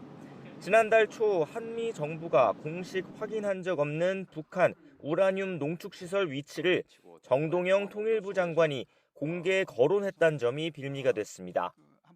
영변과 구성 강선에 있는 우라늄 농축시설 HEU 이것을 우선 중단시키는 것, 스톱시키는 것이 핵심이다. 미국은 정보 공유 제한에 앞서 우리 외교안보 라인에 항의의 뜻을 전달한 것으로 전해졌습니다. 통일부는 미국 정책연구소 등에서 이미 공개된 정보라고 해명했지만 야당에선 장관 경질을 요구하는 목소리가 터져나왔습니다. 역대급 외교안보 대참사입니다. 이재명 대통령은 정동영 장관을 즉각 경질하기 바랍니다. 정 장관은 확대 해석이자 억지 비판이라고 맞섰습니다. 북핵 심각성을 알리는 차원이었고 과거에도 비슷한 취지로 언급했는데 뒤늦게 정보 유출로 몰아 한미 관계 위기설을 퍼뜨리는 의도가 뭐냐고 반문했습니다. 작년 7월 14일 인사청문회 때 그때도 구성을 언급했어요. 9달 지나서 느닷없이 이 문제를 들고 나온 그 저의가 의심스럽습니다. 미국이 대북 정보 공유를 제한한 게 이번이 처음은 아닌 것으로 알려졌습니다. 정 장관 발언이 계기는 됐지만 최근 여권에서 추진해온 비무장지대 출입 승인권 배분 문제나 주한미군 서해 훈련을 둘러싼 불협화음 등이 영향을 미쳤을 거란 분석이 많습니다. 국방부는 한미 간 긴밀한 정보 공유 체계와 대북 대비 태세엔 이상이 없다고 강조했습니다. YTN 나인입니다. 국민의힘은 정동영 리스크가 초래한 역대급 외교안보 대참사라고 비판했습니다. 장동혁 대표는 오늘 최고위원회의에서 북한은 핵과 미사일로 우리를 위협하는데 한미 동맹은 흔들리고 있다며 이는 정 장관의 무책임한 언동과 또 침묵으로 동조하는 이재명 대통령 때문이라고 주장하고 정 장관을 즉각 경질하라고 요구했습니다. 반면 더불어민주당은 아직 냉전 시대 사고에 갇혀 있다며 안보 파탄 망상이라고 맞받았습니다. 민주당 강준현 수석 대변인은 오늘 서면 브리핑에서 정 장관 언급 내용은 과거 미국의 관련 연구소 보고서나 국내 매체를 통해 이미 공식 제기됐다며 침소봉대한다고 세상은 흔들리지 않는다고 꼬집었습니다. 지방선거를 한 달여 앞두고 미국에 갔던 국민의힘 장동혁 대표가 귀국해 한라인 구축 등 성과를 부각하고 나섰습니다.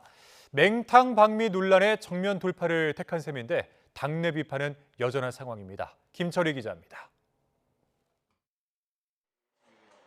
8박 10일 미국 방문 일정을 마치고 새벽 4시쯤 귀국한 국민의힘 장동혁 대표. 휴식 없이 곧장 국회로 향했습니다. 꼭 열흘 만에 최고위원회의를 주재하곤 방미 성과를 알리겠다며 기자 간담회를 자처했습니다. 연단에선 장 대표는 논란을 예상했다면서도 성과를 주목해달라고 강조했습니다. 미국 공화당 핵심 인사들과 실질적인 한라인을 구축하여 구체적으론 중동전쟁과 통상협상, 한반도 평화를 위한 한미 공조 등 다양한 의제를 폭넓게 다뤘다는 점을 부각했습니다. 자화자찬 속 언론의 관심은 구체적으로 누구를 만났는지에 쏠렸지만 장 대표는 기밀이라며 또 말을 아꼈습니다. 외교 관련상 이를 공개하는 것은 적절치 않다고 생각합니다. 간담회 내내 장 대표는 다소 상기된 모습이었습니다. 지방선거보다 방미가 더 중요했던 이유가 무엇이냐는 질문에 신경질적인 반응을 보였고 질문이 잘못된 것 같습니다. 지선보다 방미가 중요한 것이 아니라 지선을 위해서 방미했다는 말씀을 드리겠습니다. 당 일각의 사퇴 주장에도 알아서 결정하겠다 딱 잘라 말했습니다. 대신 부산 북구갑의 털을 잡은 한동훈 전 대표 지원에 나선 진종호 의원에 대해 당 차원의 사실 확인을 지시했습니다. 당 최고위는 또 친한계 배현진 의원이 이끄는 서울시당에 지방선거 공천안을 대거 보류했습니다. 흠결 없는 후보를 내어야 된다는 중앙당의 의지가 반영된 결정이라고. 장동혁 대표의 정면 돌파에도 아랑곳 없이 잘못된 일정이라는 쓴소리가 이어졌습니다. 천수답 방미가 거의 바람 쐬러 가듯이 갔다 온 것 아닌가라는 생각이 듭니다. 이런 거 갖고 당무감사해야 되는 거 아니에요? 국민의힘은 광역단체장 공천이 끝나는 대로 중앙선대위 발족을 서두르겠다는 구상이지만 계속되는 논란 속 당이 원팀으로 뛸 수 있을지 의심 어린 시선도 여전합니다. YTN 김철입니다. 더불어민주당 정청래 대표는 6월 재보궐선거에서 이광재 전 의원과 송영길 전 대표의 전략 공천을 염두에 두고 있다고 밝혔습니다. 정 대표는 오늘 국회 기자간담회에서 이광재 전 의원의 경우 강원지사 유력 후보였음에도 우상호 후보에게 선당 후사의 모습을 보여주면서 많은 사람에게 감동을 줬다며 요즘 핫플레이스로 불리는 지역구에 출전해도 경쟁력이 매우 있다고 생각한다고 강조했습니다. 또 경기지사 후보로 확정된 추미애 의원의 지역구 경기 하남갑에 송영길 전 대표를 공천 대상으로 염두에 두고 있는지 묻는 말에 염두에 두고 있다고 답했습니다. 권창영 2차 종합특검팀이 윤석열 전 대통령의 2차 계엄 시도 관련 추가 정황을 포착해 수사에 나섰습니다. 국회 계엄 해제 요구 결의안 통과 후 합참에 추가 병력 투입 요청이 있었다는 취지의 진술을 확보한 건데 조만간 김명수 전 합참의장을 소환할 거란 전망도 나옵니다. 보도에 임예진 기자입니다. 2차 종합특검팀이 윤석열 전 대통령의 2차 계엄 시도가 의심되는 추가 정황을 포착했습니다.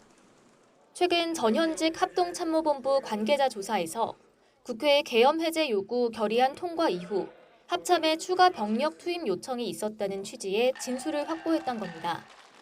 앞서 국회는 재작년 12월 4일 새벽 1시 3분에 비상계엄 해제 요구 결의안을 가결했지만 실제 계엄 해제는 그로부터 3시간가량이 지난 새벽 4시 반쯤 한덕수 전 국무총리 주재로 열린 국무회의에서 이뤄졌습니다. 그 사이 윤 전 대통령은 김용현 전 국방부 장관 등과 합참 전투통제실에 모여 대책을 논의한 것으로 알려져 추가 계엄 시도 의혹이 불거졌습니다. 윤 전 대통령의 내란 우두머리 혐의 1심 재판부도 국회 결의안 통과 이후 윤 전 대통령이 이진우 전 수도방위 사령관에게 연락해 2번, 3번 계엄하면 되니까 계속하라는 취지로 지시했다고 인정하기도 했습니다. 다만 합참의 계엄 관여 여부는 이전에는 드러나지 않았던 부분인데 특검은 새로 확보한 진술을 토대로 당시 합참 지휘부가 2차 계엄 시도에 개입했을 가능성도 살펴보고 있습니다. 지난 2월 1호 인지 사건으로 김명수 전 합참 의장을 비롯한 합참 간부들을 내란 중요 임무 종사 혐의로 입건한 만큼 조만간 김 전 의장을 소환할 가능성도 거론됩니다. YTN 임혜진입니다. 지역 주택조합 사업은 토지 매입 지연과 깜깜이 운영, 대행사 비리 등 부작용이 워낙 많아서 논란이 컸는데요. 정부가 사업 승인을 위한 토지 확보 요건을 낮추고 업무 대행사 등록제 등을 도입해 사업 투명성을 강화하기로 했습니다. 보도에 차유정 기자입니다. 경기 김포시 풍무동 일대 지역주택조합 사업을 추진하던 부지. 지주택 사업은 조합원들이 토지부터 사들여 아파트를 짓는 방식인데 사업이 지지부진해진 가운데 대출이자만 불어나며 땅이 통째로 경매로 넘어갔습니다. 저희가 한 1,200명에서 한 1,300명 정도 되고요. 피해 금액이 한 6,500에서 7,000만 원 정도 돼요. 1인당 금액이. 부작용이 워낙 컸던 지주택 사업에 대해 정부가 폐지 대신 제도 개선책을 꺼내들었습니다. 정상적인 사업장은 더 신속하게 추진될 수 있도록 지원을 강화하겠습니다. 사업 전반의 투명성과 관리 감독을 대폭 강화해 나갈 계획입니다.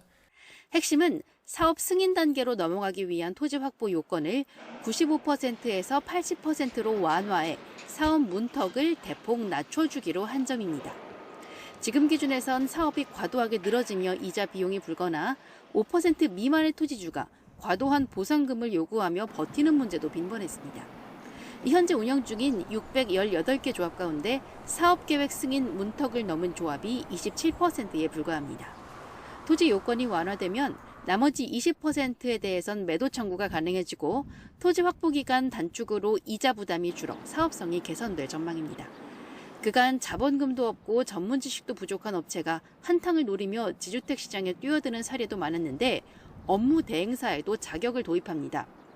자본금과 전문 인력 등 일정 수준 이상의 요건을 갖춰 지자체에 등록해야 하고 이를 어길 시 등록 취소나 업무 정지 등의 제재 수단도 마련했습니다.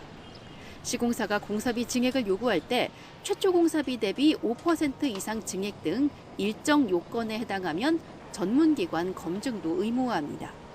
조합이 자금의 사용 내용과 증빙 자료를 조합원에게 공개하도록 하고 미공개 시 자금 인출을 제한하도록 해 깜깜이 운영 문제도 해소합니다. 대부분이 법률 개정이 필요한 사항인 만큼 국토부는 상반기 내 후속 입법을 착수하고 하위 법령 및 표준 지침도 조속히 개정할 계획입니다. YTN 차유정입니다. 북한이 10여일 만에 다시 악마의 무기로 불리는 집속탄 시험을 했다며 관련 사진을 처음 공개했습니다. 사거리를 고려하면 남측 수도권을 겨냥한 무력 시위로 보이는데 공중에서 지뢰를 살포하는 지뢰탄 시험도 진행했습니다. 보도에 이종원 기자입니다. 김정은 국무위원장 부녀가 지켜보는 가운데 해안가 방파제에서 미사일이 솟아오릅니다. 바로 옆에 설치된 모니터엔 미사일이 표적에 수직 낙하하는 모습과 함께 상공에서 탄두가 폭발하며 자탄이 확산하는 모습이 확인됩니다. 북한이 또 집속탄 실험을 진행했다며 공개한 모습인데 집속탄 발사 사진을 공개한 건 처음입니다.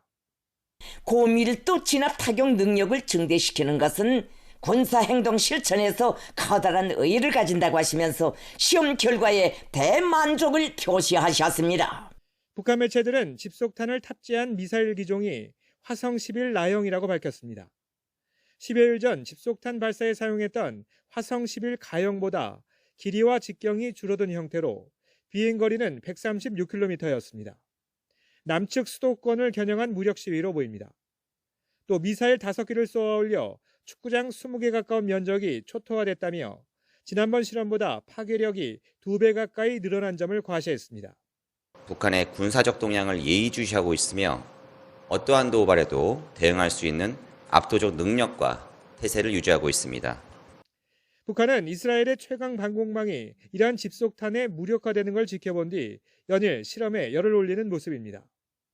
특히 이번 미사일 발사 과정에선 파편질의 탄두도 탑재했다고 밝혔는데 공중에서 광범위한 지역에 신속하게 지뢰를 살포하기 위한 실험으로 보입니다. 이란 전쟁의 장기 소모전, 그리고 확산탄, 그리고 지뢰살포탄 등 비대칭을 염두에 두고 그런 전력들을 강화하려는 의도로 보여집니다. 통일부는 이번 발사가 9차 당대회에서 제시된 새 국방발전 계획을 추진하는 것으로 보인다며 시험 발사 현장에 이례적으로 전방부대 군단장들이 대거 참석한 점에도 주목하고 있다고 밝혔습니다. YTN 이종원입니다.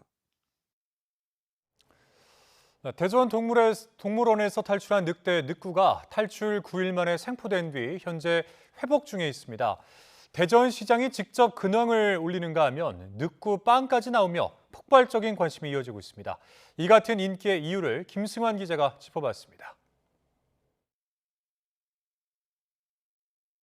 시작은 공포였습니다. 늑대다 보니까 불안하기도 하고 또 이따 밤에 퇴근할 때 마주칠까 봐 또 두렵기도 하고요. 도망 과정에서 주변에 피해를 주지 않은 가운데 늑구라는 친근한 이름이 알려졌습니다. 위협적인 야생 포식자였던 늑대는 어느새 집을 나간 불쌍한 동물처럼 받아들여지기 시작합니다. 기성 언론까지 늑구의 이동 상황을 실시간 중계하듯 전했고 목격담을 하나로 모아 이동 경로를 볼 수 있는 이른바 늑구맵이 생기며 시민들은 단순한 관찰자를 넘어 늑구 이야기의 일부가 됐습니다. 움직이는 흔적 잘 보면서 올라가요. 짐승이 왔다 갔다 한 거는 같은데? 동물원을 나간 지 9일 만에 늑구가 무사히 붙잡히면서 늑구는 탈출 도주 생포로 이어진 기승전결 서사의 주인공이 됐습니다. 국민들께 심려를 끼쳐드려 정말 죄송합니다. 늑구에 대한 국민 관심도가 높았을 뿐 아니라 대전 시내 건물 전광판엔 늑구야 돌아와줘서 고마워란 문구가 등장했고 대전시장은 지역 연고 스포츠팀이 늑구가 돌아온 뒤 승리했다고 지켜세우는 등 지역을 대표하는 상징처럼 소비됐습니다. 늑구야, 안전하게 돌아와줘서 너무 고마워. 관계자 여러분들 정말 감사합니다. 늑대 복원 사업으로 귀하게 대접받은 늑구가 알고 보니 10,000평짜리 넓은 집에서 사는 도련님이었다는 SNS 글이 퍼지며 늑구의 서사는 더욱 풍성해졌습니다. 무사 귀환을 기념해 대전 유명 베이커리에 빵으로 등장하며 늑구는 그야말로 지역을 대표하는 캐릭터로 자리 잡았습니다. 다만 일각에선 시민 안전이나 관리 책임이라는 본질은 뒤로 밀린 채 맹수가 탈출한 사건이 가볍게 소비됐다는 지적도 나옵니다. YTN 김승환입니다. 네, 무려 179명의 목숨을 앗아갔던 무안공항 제주항공 여객기 참사가 난 지 1년 4개월이 흘렀습니다. 지난주부터는 사고 현장에 대한 전면 재수색이 시작됐는데요. 유해와 유류품이 끊임없이 수습되는 현장을 나현호 기자가 다녀왔습니다. 사고 여객기와 충돌하며 부서진 방위각 시설 주변에서 경찰과 군인들이 수색 작업을 벌입니다. 낫으로 풀을 베고 또 삽과 호미로 흙을 조심스레 걷어내며 유해나 유류품이 있는지 살핍니다. 파낸 흙은 채로 다시 한번 걸러냅니다. 유해 재수색 작업에는 경찰과 군, 항공철도 사고조사위원회 등 모두 200여 명이 투입됐습니다. 작업에 들어간 지 얼마 지나지 않아 유해로 추정되는 물체가 나오기 시작합니다. 큰 것은 손바닥만한 것도 있습니다. 심지어 희생자의 것으로 보이는 휴대전화도 발견됩니다. 내 가족품으로 다 돌아오게끔 만들 주고 싶어요. 하나라도 더 찾으려고 그런 마음으로 여기 와 있습니다. 지난주 수색에서는 희생자의 목걸이와 귀걸이 한 쌍이 발견되기도 했습니다. 전체 범위의 아주 일부를 수색했는데도 유해와 유류품으로 보이는 물체가 쏟아져 나오고 있습니다. 유가족들이 참사 초기에 유해를 제대로 수습 못한 당시 정부를 규탄하는 이유입니다. 한 분의 장례를 3번, 4번 치러야 되는 이 기구한 운명을 왜 이런 참사를 겪은 것만으로도 이미 찢어지기 힘든데 왜 이런 슬픔을 다시 또 겪고 해야 되는지. 수색 작업은 2달 동안 기상 악화를 제외하고 매주 평일 닷새 동안 이루어집니다. 사고가 난 방위각 시설을 중심으로 외곽 담장까지 6개 구역으로 나눠 진행됩니다. 부분 유해들이 생각보다 많이 나와서 저희가 많이 나오는데 지역 집중적으로 깊이가 30에서 50, 깊이는 그 이상까지 그렇게 많이 깊이 들어가서 파서 작업을 하고 있습니다.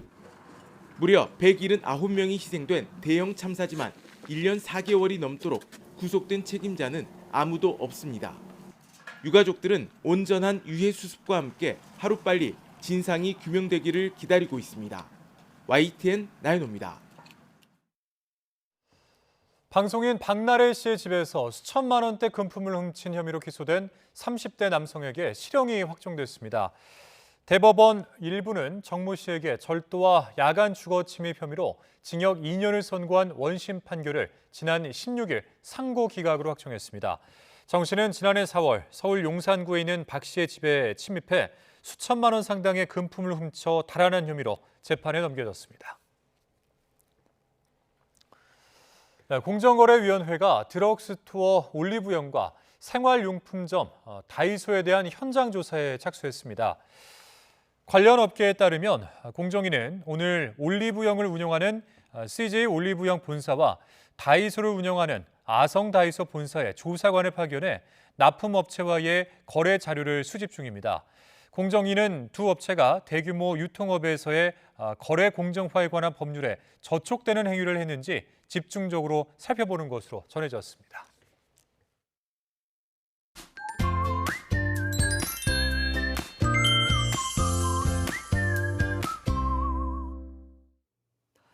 봄비가 내려 배꼽을 기름지게 한다는 절기 고구에 맞춰 곳곳에 비가 내렸습니다. 네, 하지만 비구름 뒤로 찬 공기가 밀려오고 있습니다. 따라서 내일 아침에는 서울이 6도, 대전 4도, 광주는 5도까지 떨어지는 등 오늘보다 6도에서 11도가량 기온이 낮아지겠습니다. 네, 다행히 낮부터는 맑은 날씨 속에 기온이 다시 크게 오릅니다. 서울 19도, 광주 22도, 대구 23도 등 예년 이맘때 봄 날씨를 보이겠습니다. 찬 공기와 함께 황사도 유입되고 있습니다. 이에 따라 내일은 미세먼지 농도가 매우 나쁨 수준까지 오르는 곳이 많을 것으로 보여 주의가 필요한데요. 네, 우선 노약자나 어린이는 최대한 외출을 자제하는 것이 좋고요. 부득이하게 외출을 한다면 황사용 마스크와 보호 안경, 긴 소매 옷을 착용해서 황사에 직접적으로 노출되지 않도록 하는 것이 좋습니다. 그리고 귀가 후에는 평소보다 더 꼼꼼하게 씻고 호흡기 질환을 예방할 수 있도록 양치질도 바로 해야 하고요. 마지막으로 물을 자주 마시고 과일이나 생선 등 농수산물은 평소보다 더 충분히 씻어주시기 바랍니다.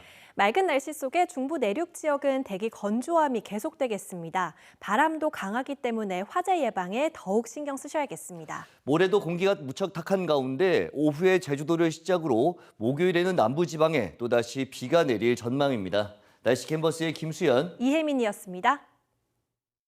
이상으로 YTN 뉴스 플러스 마칩니다. 잠시 후에는 뉴스케어 오후 8시 뉴스가 방송됩니다. 함께해 주신 여러분 고맙습니다.